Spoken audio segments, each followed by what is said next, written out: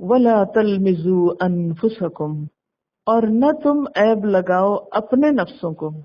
کسی شخص کے کسی فعل یا حرکت میں عیب جوئی کرنا، عیب نکالنا، عیب ظاہر کرنا یا عیب پر تانا دینا، یا دوسرے لفظوں میں ایک دوسرے پر تانا زنی کرنا.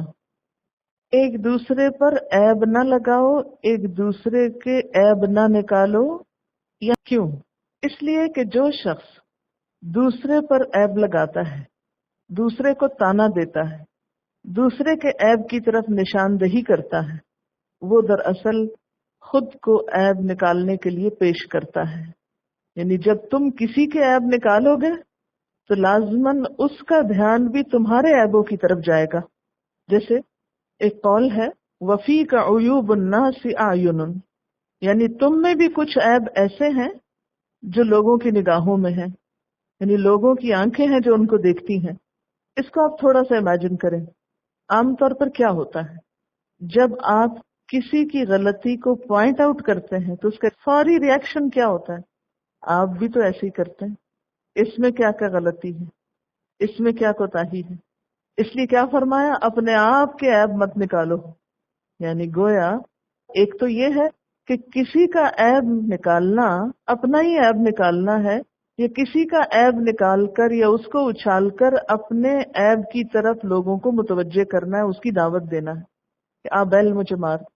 آپ کسی کو چھیڑتے ہیں تو خود چھیڑے جانے کی دعوت دیتے ہیں. وَلَا تَلْمِزُوا أَنفُسَكُمْ، اپنے آپ کو عیب نہ لگاؤ، تان و تشنیع نہ کرو، کیونکہ اس میں تانا دینا بھی شامل ہے.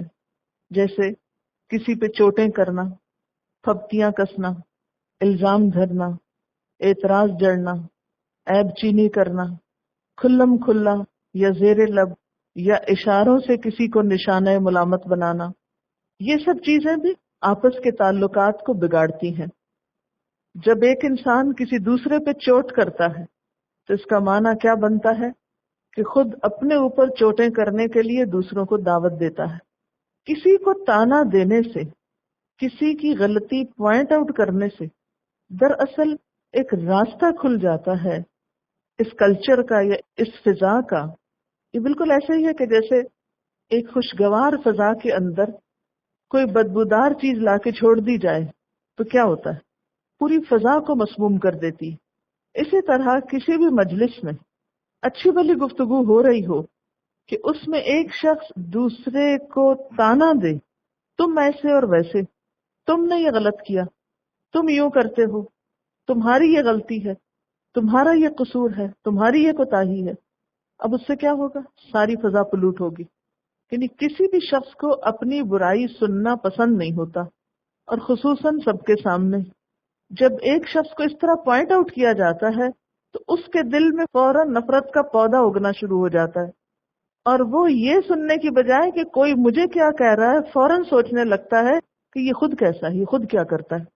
اور بعض اوقات یہ ہوتا ہے کہ وہ شخص فوری طور پر جواب دیتا ہے، فوری ری ایکشن ہوتا ہے، اور بعض اوقات کوئی شرافت کے مارے اگنور کر دیتا ہے، ٹال جاتا ہے کہ کیا لڑائی کو بڑھانا، جانے دو، چھوڑو، یہ شخص ہے ہی ایسا، اس کی تو عادت ہی ایسی.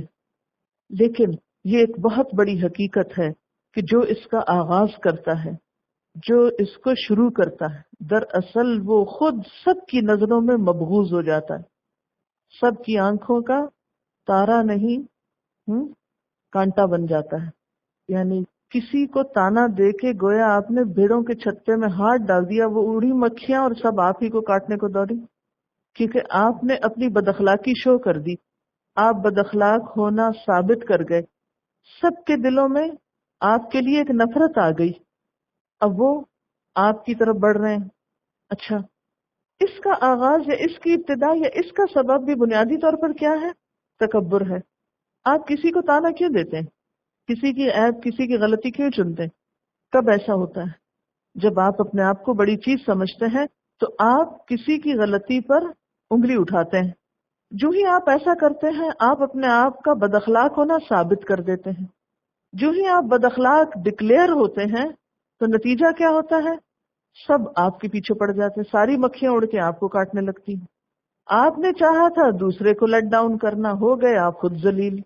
تو یہ چیز بھی انسان کو خود نقصان دیتی ہے اس لیے اس سے بھی بچنے کی ضرورت ہے۔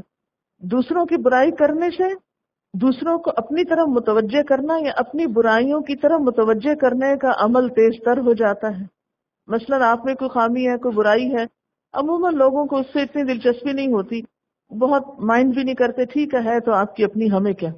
لیکن جو ہی آپ دوسرے کو کہتے کہ تم میں یہ برائی ہے، تو گویا آپ اس کو ہوشیار الرٹ کر دیتے کہ آؤ چنو میری برائیاں، آپ آؤ مجھ پہ حملہ آور ہو۔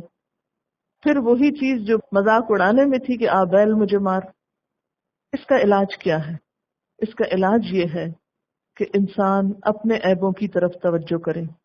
مسند بزار کی ایک روایت ہے، طوبى لمن شغلہ عیبہ عن عیوب الناس، خوشخبری ہے اس شخص کے لیے جس کو اس کے عیب لوگوں کے عیبوں سے بے پرواہ کر دیں، یعنی جس کی ساری توجہ اپنے عیبوں کی طرف ہو جائے، وہ اپنے آپ کو کوس سکے، وہ اپنی غلطیاں تلاش کر سکے، وہ اپنی اصلاح کے لیے فکر مند ہو، بنسبت اس کے کہ وہ دوسروں کے عیب چنتا رہے۔ دوسروں کی برائیوں کی طرف انسان اسی وقت تک متوجہ رہتا ہے جب تک کہ اپنی برائیوں کا اس کو احساس نہیں ہوتا۔ جس انسان کے اندر اپنے عیب، اپنی غلطی دیکھنے کا جتنا احساس پیدا ہو جاتا ہے، اتنا ہی وہ دوسروں کی طرف سے بے نیاز ہو جاتا ہے، کیونکہ اب اس کی مصروفیت کچھ اور ہو گئی۔